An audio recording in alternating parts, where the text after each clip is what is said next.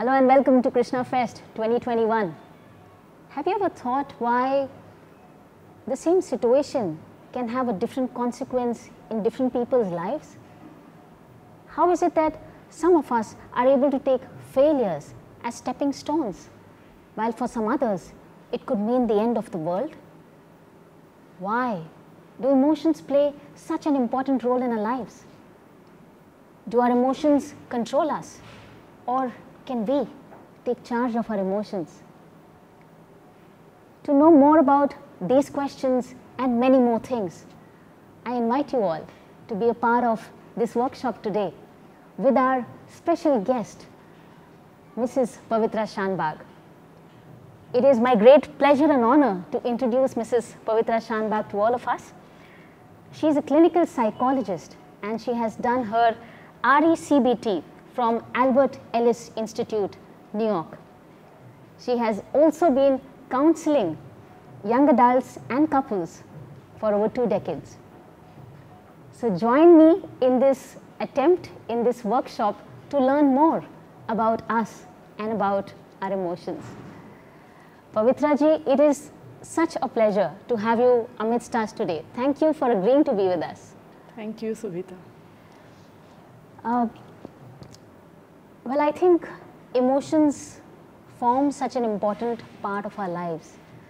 But the question arises that why are emotions so important, and why do we need to manage our emotions? And of course, then how do we manage our emotions as well? There is so much about emotions, and we would want to know more about this from you. Subhita, we are all part of the solar system, right? The Earth is one of the planets. We get our energy, light from the sun. Right. But it is researched that if the Earth were to be even this much closer to the sun than what it is right now, there is a chance of all human beings getting burnt. And if it goes further away a little bit than what it is doing, then we can get frozen, right? So emotions, but the sun is very important for us, right? The sun is very, very important for our life. Similarly, emotions play a very important role in our life. If you see, they motivate us, they color our decisions. The entire advertising industry runs on emotions. Today, if you see practically every advertisement, whether it's about hosiery or butter, it is linked to emotions, right? Because they know that that's what makes the human beings tick. Yeah. So, just as the earth should not be closer or further, similarly, emotions also have to be used sparingly. They are like salt. If we have too much of salt in our food, we won't be able to eat it. Yeah. If we don't have any salt in our food, we won't be able to eat it. So therefore, we have to balance the emotions that are there in our life. What would life be without emotions? Have you ever seen a drama where there are no emotions?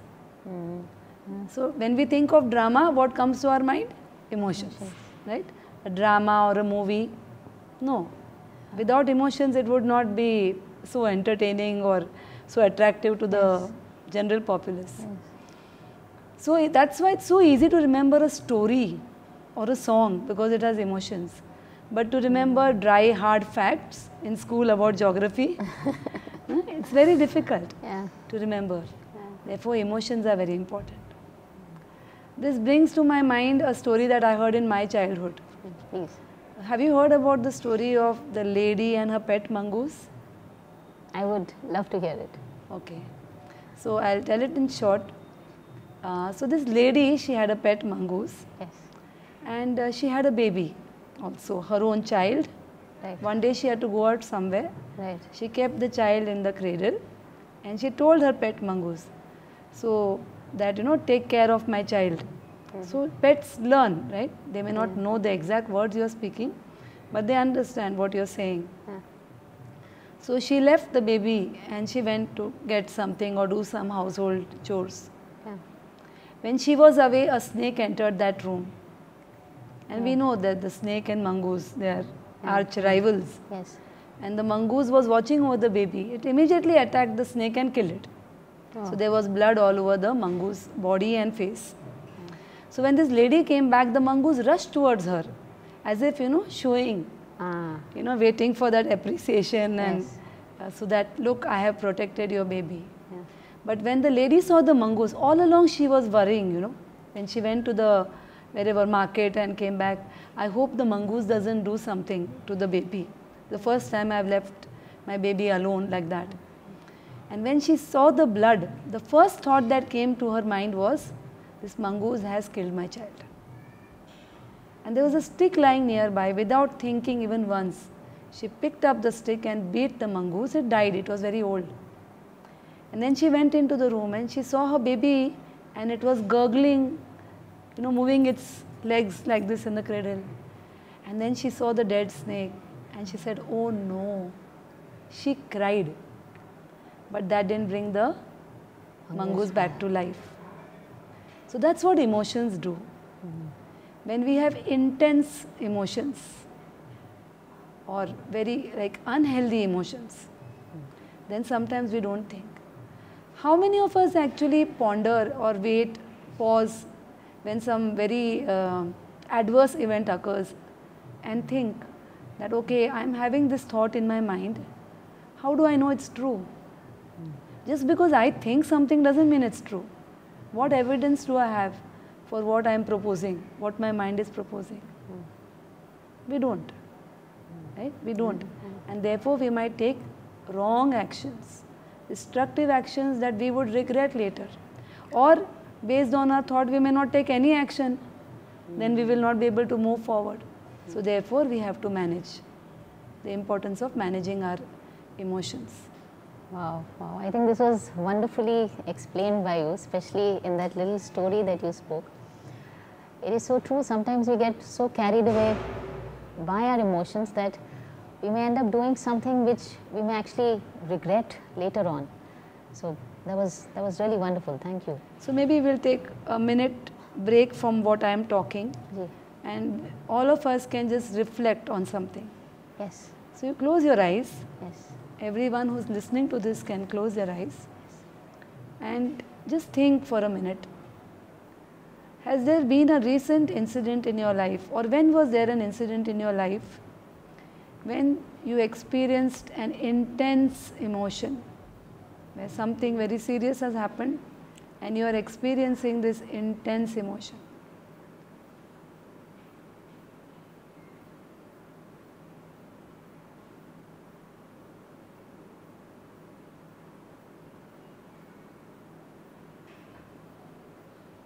What were you thinking about the situation at that time?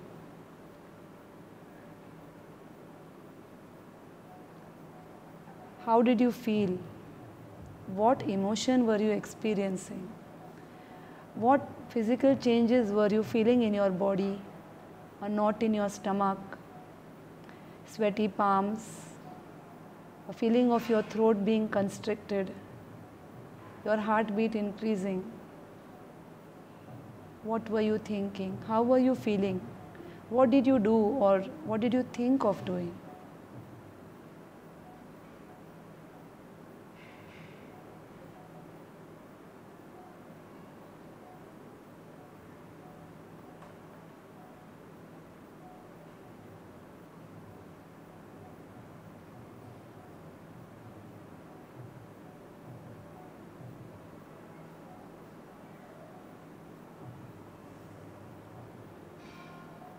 Slowly open your eyes.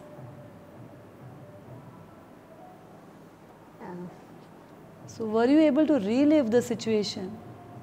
Yes. That's emotions for you. You don't forget them easily. Right? It may have happened quite some time back. But because there are emotions, you don't forget. When there are negative emotions, there are more chances you will not forget or forgive in situations. Right? Actually, let's write this down. Sure. You take your page and you make 3 columns on that page. Right. Okay. You can call them A, B and C. Right. So A is for the activating event or the adverse event. B is for the belief. What we think about the situation. And C is for consequences.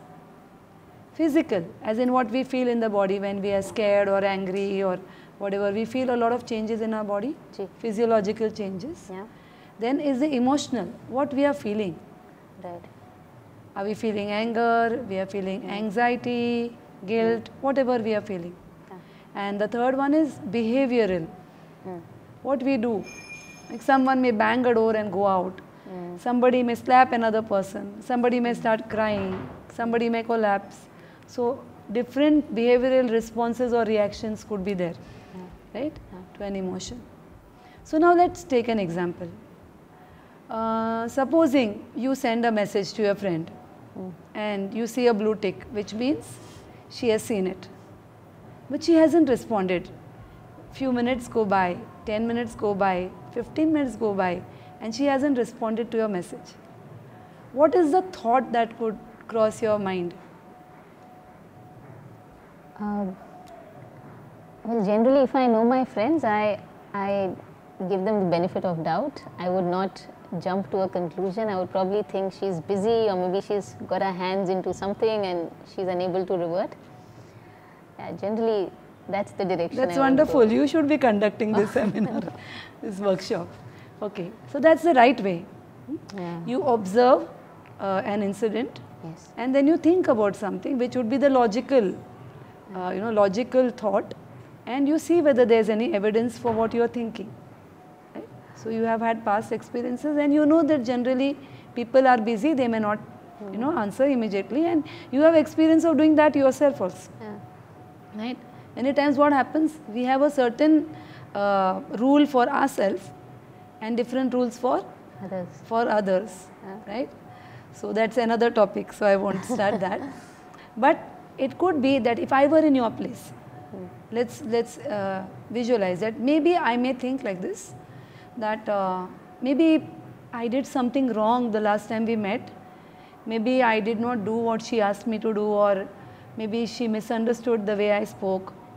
Or if I were in your place, maybe I would think maybe when I was interviewing her I asked the wrong question, so she's upset with me, right? So, and then I might start feeling so guilty. Then I might feel I should not, I should not message her actually. I don't know what she's thinking about me right now, and I have done the wrong thing. And I may delete the message. Because within half an hour you can delete, right? I may even delete the message. There may be another person who thinks, oh, what does she think about herself? She's become so busy, so important that now she doesn't need to respond to her friends' messages. Okay, then even I have nothing to do with such a person. Off my list, removed from contacts, right? So you see that, different people behave in different ways, right? Different people behave in, we see so many different ways of thinking and behaving, right? So this is what we get to learn. What do we get to learn? That in spite of the A being the same, that is the activating event, that she did not answer the message. But there could be different consequences. What behaviors people engage in might be different. If I am angry, I may bang the door and go, I may remove her from my contacts, I may go into depression, I may feel guilty, and I may engage in different behaviors. So in spite of the A being the same, as you rightly said in the beginning, what makes people behave differently or react or respond differently? That's what we are talking about. That's why we need to manage our emotions. Wow, this is so deep. I mean, it really takes us to a situation where I think there's more to be learnt now, and so eager to know more about how we could balance ourselves and balance our emotions. Yeah, so we just spoke about how, in spite of the A, you have written that A, B and C, right? Yes. So A is the activating event. It could be anything. It could be anything. Something that has happened to someone or not happened to someone. Someone says something that you want them to say, someone doesn't say. what you want them to say. So how do you think about it? How do you react or respond? So what happens is that what we think about the situation is more important. When we see an event, there is a philosopher called Epictetus who has mentioned that it is not the events in themselves, but how we perceive them, what we think about them, that causes the consequence. And we saw this here. Yes. Yes. The event was the same for everyone. Yes. This message was not responded to. Right. But how different people perceived it, that actually decided what emotions they would experience and subsequently what behaviors they would show. Yeah. Right? So therefore, what is most important of all these is the B, belief. Belief. Yes. So there is a therapy called rational emotive behavioral therapy. Right. So rational refers to the belief. Rational is a particular way of thinking. Right. So when we think, we have to first check, like if that lady, we have to check for whether what I am thinking, is it logical? Yeah. What does logical mean? Yeah. Like if I tell you 5 plus 6 is equal to 11, that means 11 minus 6 should be equal to 5 or 11 minus 5 should be equal to 6. Yes. That's very logical. Yes. Would it change if we were in Delhi, South Africa, No. in the Atlantic Ocean, in Mars, Neptune, Pluto? Of course, our laws are not so flexible. Yeah, they are not so uniformly used. But logical means if I say something, then it logically follows that something else should happen. Yes. So if I have a belief that this must happen, so if it is logical, then it would have happened. For example, if I say that everyone should respect me. So if this is logical, what I am saying, that everyone should respect me, that means it's actually a law. Like in maths, we have laws, Yeah. right? A plus B is equal to C, that means C is equal to, C minus A is equal to B and C minus B is equal to A. A. So it's logical. Yes. But if that is not happening, that means what we are talking or what we are demanding is not logical. Right? So just because I say that people must respect me, it doesn't necessarily mean that it would happen. Right. But wanting respect, is it bad? No. Wanting respect, everyone wants appreciation, approval, respect. Yes. But it doesn't mean that we will get it. So when does the problem come? When we demand it. So wanting something is our preference. But when we start demanding it, Yes. what is demand? Demand means I want something and therefore I must have it. Right? When I say I must have it, it means it is the end of the world if I don't get it. It's terrible.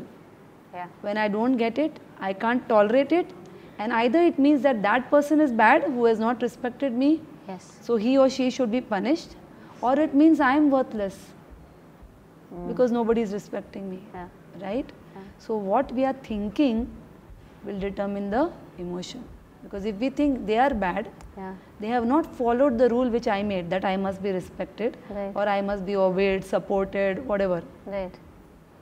If I think like that, then what is the emotion that might come? Can you guess? Like you said, I mean, it will be an extreme emotion, either something which could be hurtful to me or something hurtful to the other person. So if it is hurtful to the other person, which emotion do you think it would be? It's a negative emotion, Yes. and it's probably not healthy, it's not good. No, just guess the emotion. You experience okay. so many Okay. emotions. Just Yes, guess the yes. emotion. So I could probably feel angry on Yes, them. it's anger. Yes. It's anger. Yes. So when we have certain rules, Yeah. I should be in control, things must go my way, Yes. and when they don't work out that way, and I have said what? They must go my way. Then when they don't go my way, I experience anger. Anger. Right? Similarly, if I have some other belief, then I would experience some other emotion. So it is our belief which makes us experience a particular emotion. And most of the time when we are focusing on factors which are beyond our control, Right. right? That's when the emotion becomes even more intense, because we don't have control, so it may not work out the way we want. Right, right. So there's one formula for happiness, that happiness is the gap between reality and expectation. Ji. I want 5 mangoes, Yeah. and that's I get 8. Hmm. So reality is 8, expectation was 5. 5. So I will be happy. Happy. But I want 5 mangoes and I get 1. Sad, right? Yeah. Or angry or whatever. Yeah. So can we change reality all the time? Sometimes we can, Yeah. sometimes we can't, Yes. right? But supposing we want to be happy and the reality is not changing, Yes. then what can we do? Maybe change the way we think. Yes, we can adjust our expectations, Ah. right? Yes. But if we stick to our point, we are not flexible, Yeah. then what will happen? Our distress will be more. Yeah. One is the distress because I didn't get enough mangoes to eat. Okay? Maybe in my next shows you should give me mangoes to eat. Yeah? So I didn't get enough mangoes to eat, Yeah. but we cause more distress to ourselves when we think that they did not give me the mangoes and therefore they are bad. Then that anger causes more distress to us than just not getting the mangoes. Yeah. Right? So in this way, when we focus on factors which are beyond our control, if I get angry that my friend has not sent the message, Right. her sending the message is not in my control. Right? Yeah. So those are beliefs. Those are, that's the way they work. Wow. So it's so amazing that how what we think can determine what the consequence will be, and if we are able to change the way we think, or like you said, change our beliefs, we could probably make the consequence more fruitful, more nicer, and like you said, more happier for us, right? Yes. Oh, So that's amazing. There's a very beautiful prayer called the Serenity Prayer. Yes. And there it says that, oh God, give me the courage Yeah. to accept the things that I cannot change. Right. Yeah.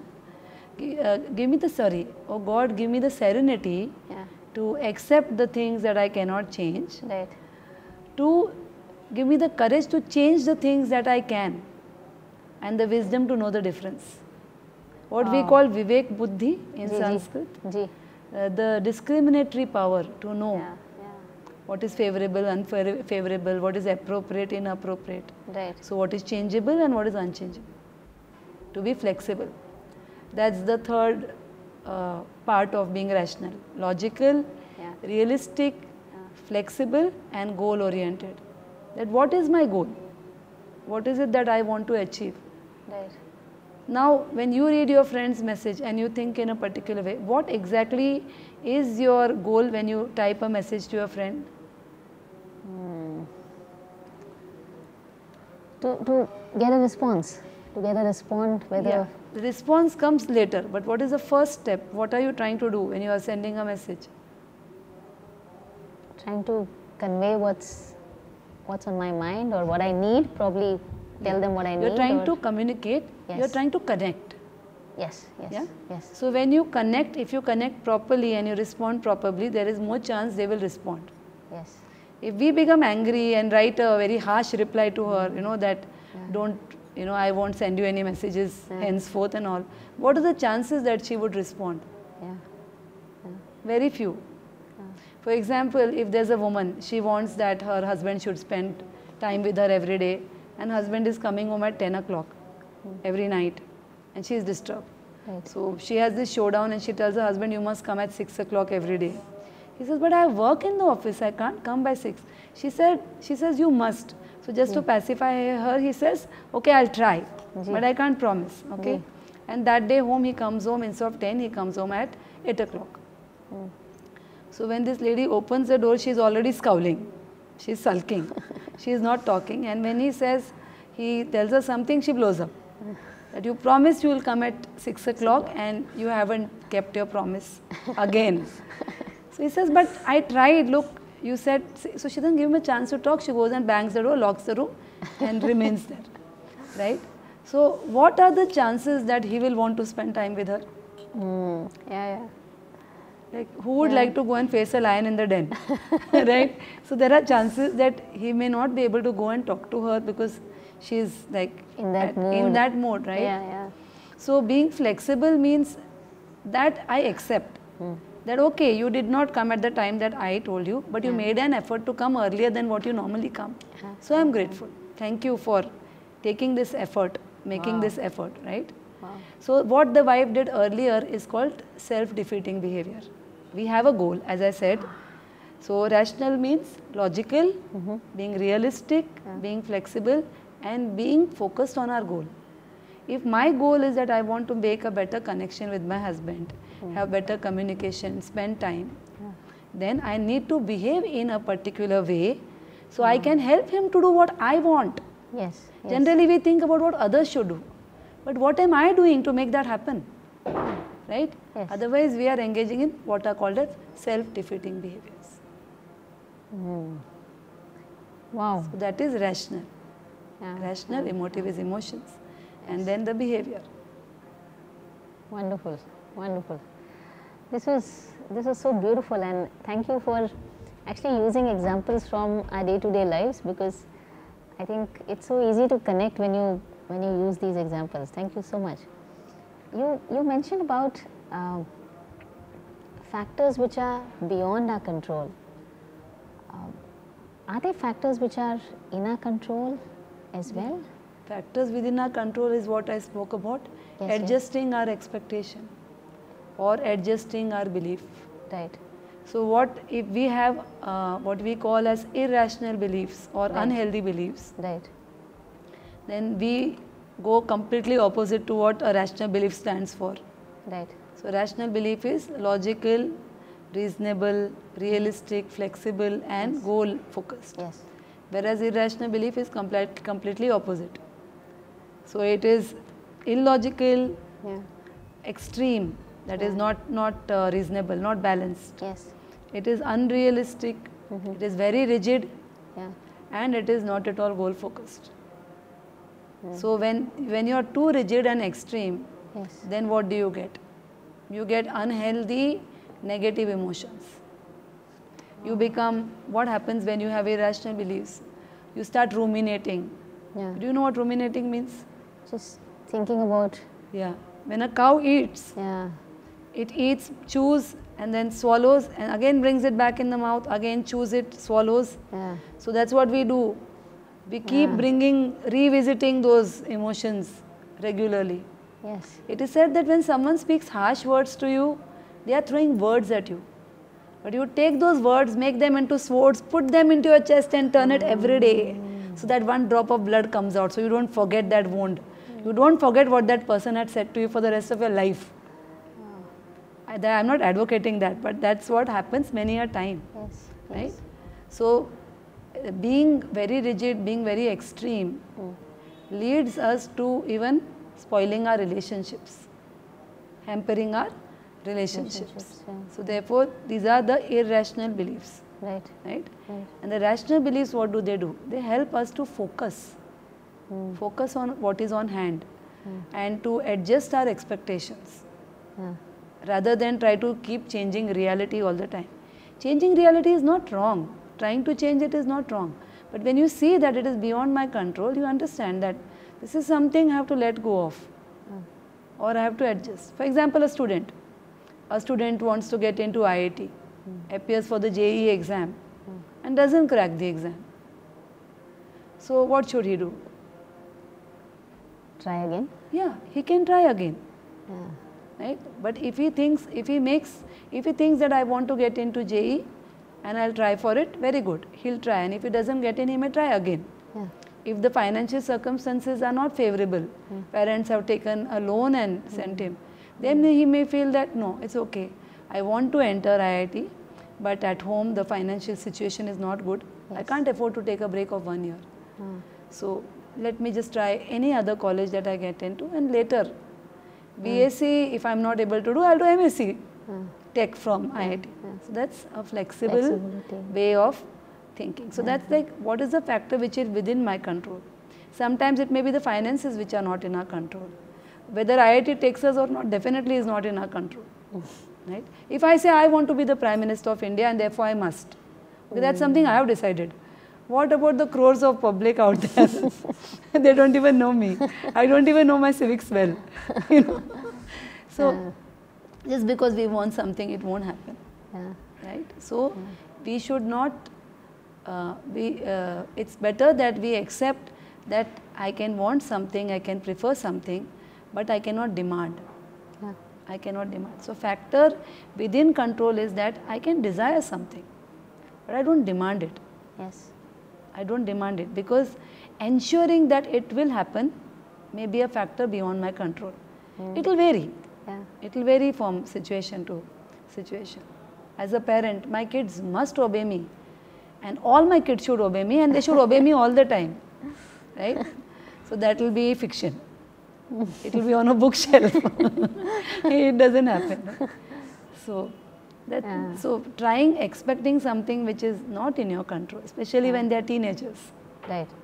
That's the time when you become flexible. What is the factor within your control?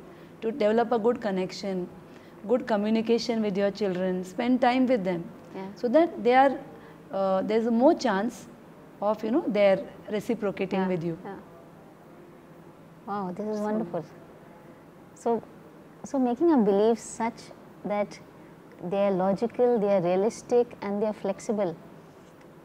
This can obviously help us lead a better life, and like you've told in so many different ways, be much more happier and be much more probably in charge of our emotions in some way. This is wonderful. We'd want to learn more about this. So it not only gives us a better life, and as you said, it helps us to manage our emotions. Yeah. It helps us to manage our emotions, and it helps us to lead a better life. It also gives us more empathy towards others also. Yeah.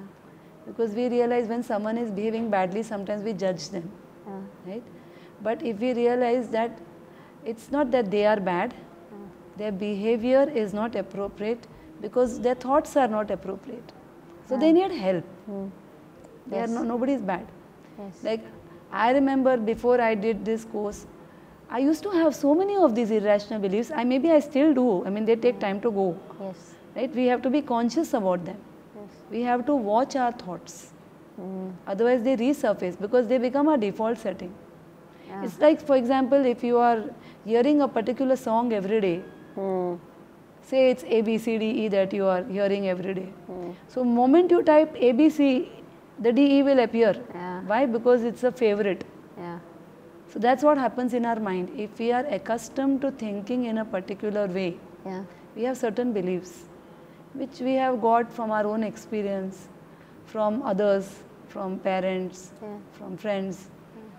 So then we tend to continue thinking in that way. So it takes some effort to make that shift. Yeah. But the most important is that why we want to do this. Because when we think in a particular way, then it connects to that particular emotion. Those are the emotions that we will experience. Either we will experience, if we think in a rational way, that is logical, flexible and realistic. Yes. Right? If we think in that way, we will experience healthy negative emotions. But if we think in an irrational way, if we think in a rational way, we will experience healthy negative emotions. Right. If we think in an irrational way, we will experience unhealthy negative emotions, which sort of make us dysfunctional. Right, right. Wow, this is quite interesting. I mean, you mentioned healthy negative. Yes. And I think I've heard it for the first time. How can an emotion be healthy yet negative? Isn't it a contradiction? It's not a contradiction. Let's think of it like this. Let's say you are on the 6th story of a building, right, 6th floor, Right. and you want to come to the ground floor, Right. and you want to come immediately. Will you jump? No, you can't jump from the sixth floor to the ground floor. Right. You would have to pass through the other Staircase floors. or the So it would be elevator, a gradual process. Yes, yes. So let's think that you are extremely angry right now, extremely angry because of some incident. And if I tell you right now that Subhita, you should not be angry, you should be positive. I want you to smile and dance. Can you do it? Ah, You want to try? No, you won't be able to do it, right? So it is unnatural, or you can say unfair also to certain extent, that somebody can jump from a negative emotion to a positive emotion directly. It means you are not even acknowledging their feelings. Like sometimes we see kids come, they fall down, they come home and they have mud on their face, blood on their knee, and the parent sometimes slaps them. Kyun gira? Why did you fall? It's as if somebody fell purposely, right? That's So happened you to me. take the kid in your arms, Yeah. you clean their wound, you put medicine for them, and you talk to them. You try to understand what they are saying. Yeah. So when there are difficult situations in our life, or when things don't go our way, what the way we had planned or what we have wanted, there will be some disturbance because we are human, Right. right? Yes, there would be more those who have been working on their emotions for a long time, who have done maybe some type of sadhana, you know, a lot of spirituality and stuff like that, Bhagavad Gita and stuff like that. Yeah. So for them it might be easier because they have been practicing and that has become their default setting now, Yeah. right? That has become their default setting. But for most people, Yeah. what would be the situation? We would feel some disturbance, that why did this happen to me, or why didn't I get this? That thought might come in our mind, Gee. right? Gee. So that is called a healthy negative emotion. Oh. So that I am concerned about something, Right. right? For example, if I am in anxiety about my marks, Right. supposing I appeared for an exam now and I am in anxiety about the marks, what will happen if I am in anxiety? Have you ever had exam anxiety or exam tension? Can you share what you went through at that time? Well, there have been times where I've forgotten what I've learnt, and there have been times when I've done something so silly, you know, like I would write the wrong question in the wrong answer, interchange basically, yeah, do something like that. So yeah, it just plays over you and you do the wrong things. And sometimes it's also happened that I'm so panicked that I know the answer, but I'm unable to pen it down, I'm unable to write it. So yes. And sometimes moment you go out of the class, you remember the answer. Oh yes. That's even worse, right? Why? Because now that anxiety is over. Gone. Yeah. So that's what anxiety does. That's what any intense emotion does. Yeah. Why? Because here we have what is called as the prefrontal cortex. Right. And at the base we have what is called as amygdala, seat of emotions. So prefrontal cortex is the logical part which does the decision making, problem solving. Amygdala handles the emotions. When there are intense emotions, so the energy gets drained out. The energy that the cortex is using is directed to the amygdala. Right. So then the cortex can't work properly. Therefore, our logical brain doesn't work. Therefore, we start doing illogical things and we start saying illogical things, which we regret later on. Right, so right, therefore, right. things like meditation and stuff like that also helps. That's another topic. Sure. But main point is that when we have irrational beliefs, Yeah. we will have unhealthy negative emotions which make us dysfunctional. We don't achieve our goal. Yeah.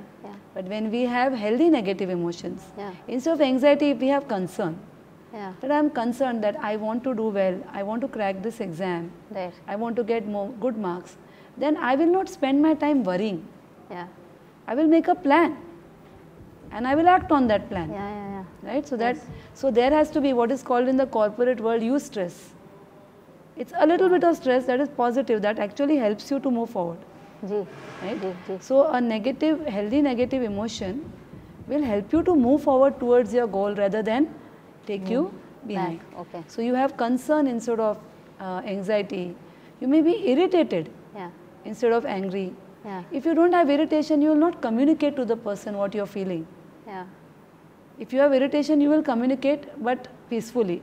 If you are angry, it will come out like a pressure cooker. You know, when the whistle blows, when the vent is closed, it explodes sometimes, the cooker. So not expressing is not good. So therefore, you have to have healthy negative emotions so that you express those, but in a healthy manner, in such a way that you are improving the situation and moving towards the goal. Wow, wow. That's what it is. Oh, this is wonderful. So, what you just mentioned is that if I can, we could actually transform our emotions. So, from being negative and unhealthy to healthy, negative but yet healthy. And I think what I really loved about this one was that this portion, the healthy negative one, it helps you put in effort. It helps you do something that can take you closer to your goal. And that is so beautiful, because otherwise it's always that it's dragging you down and it's not letting you do what you were supposed to do. So this is wonderful. Maybe you can make a note of these yes. emotions. Yes. So you can have 2 columns. Yes. And one column you write UNE, that is unhealthy negative emotions. Yes. And on this side HNE, that is healthy negative emotions.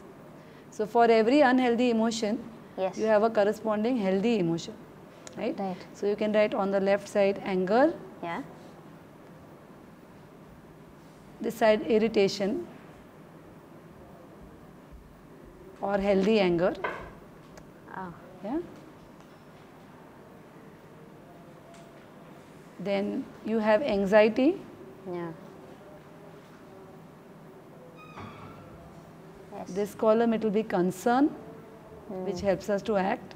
Yeah. Then you can say guilt. So guilt totally drains away all our energy. Yeah. Right? But instead of guilt, if you have regret, then you will rectify. Yeah. If you are guilty, you will keep justifying. Yeah. You will keep justifying. But if you are regretting, you will rectify. You will take action. And you can write depression, and then there's sadness, and there are many more. Depression, Right. and here there's sadness. There are many more. We don't have time for all of them. But the point is that at least we become conscious. Yeah. What do we become conscious of? We become conscious that all this time I was thinking that others are responsible for my emotions. Yeah. Right? Yeah. My boss gives me anxiety. My wife causes depression. My children cause anger. Yeah. So it's as if we have given our remote to them. That here, press whichever buttons you want. Somebody presses anger, you become angry. Somebody presses anxiety, you become anxious. That means we have given all our power to them. We have actually delegated our power to them.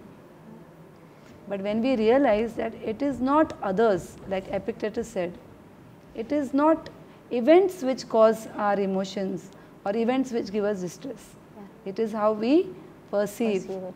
What beliefs we have about those events. So now when we think like this, what does it mean? Who can change our beliefs? Only we can change our own belief, right?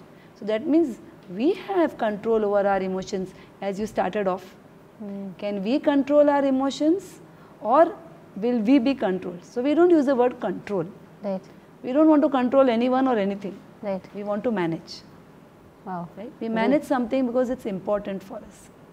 Ji. So we manage our emotions because they are very important for us. And when we say we are managing our emotions, it means we are responsible.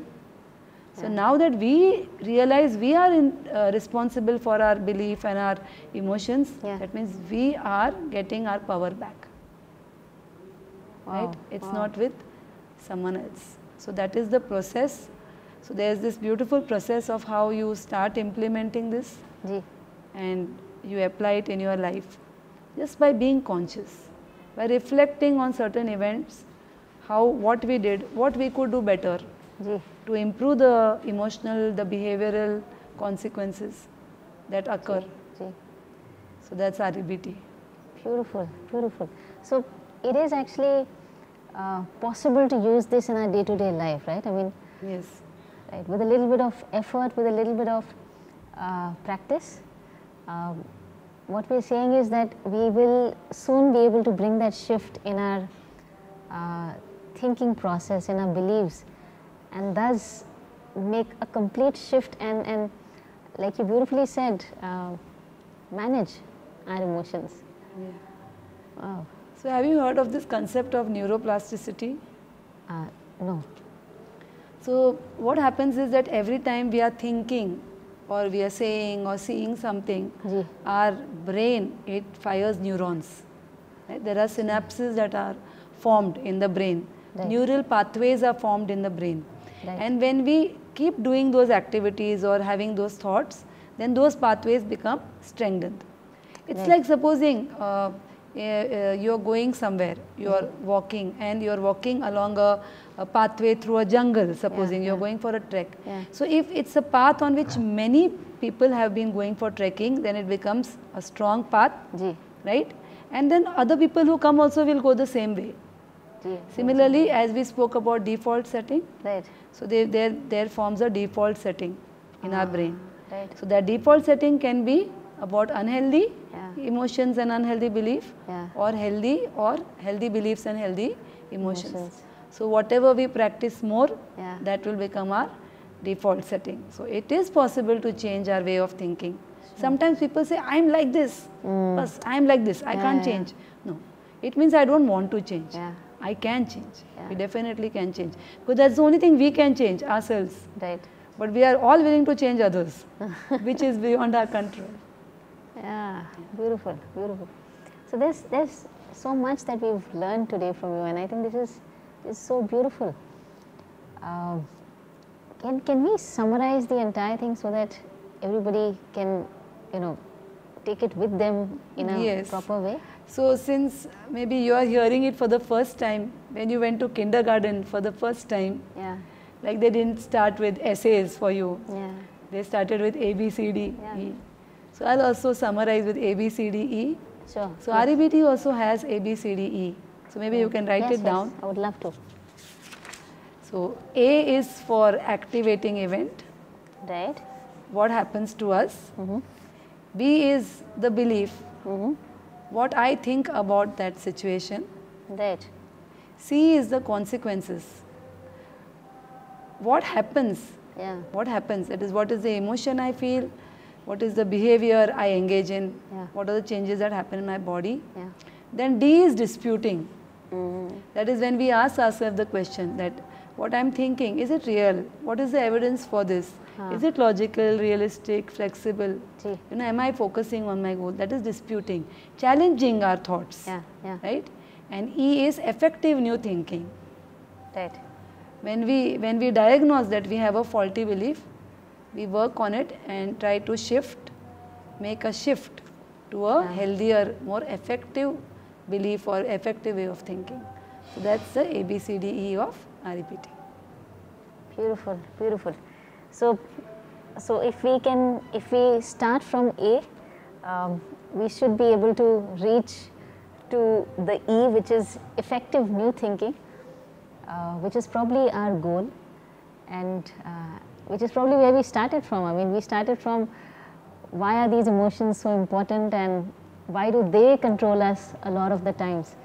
But we've transitioned it to see how we can manage our emotions, and like you so beautifully said, with that we can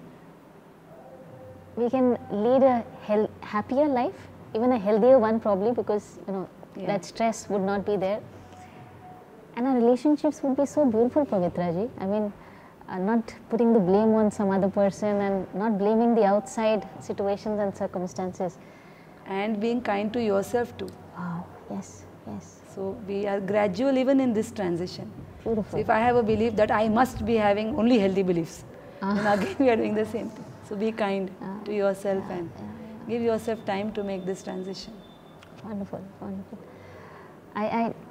It's been wonderful learning this from you and knowing this from you, and I really hope everyone who's joined us in this workshop today also takes away a lot of substance from this little interaction, and we really hope that we are able to put this in practice and make our lives more happier. I hope I can do so too. Thank you. Thank you. Thank you so much. Such a pleasure. Thank you.